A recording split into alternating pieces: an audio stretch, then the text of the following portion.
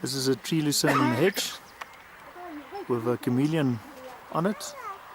You can see the lush flowers of a tree lucerne. That's the Kilimanjaro cultivar. There is the chameleon feasting on it.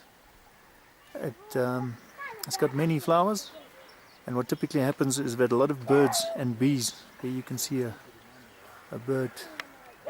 bee, come towards this plant, and then obviously the chameleon feasts on it.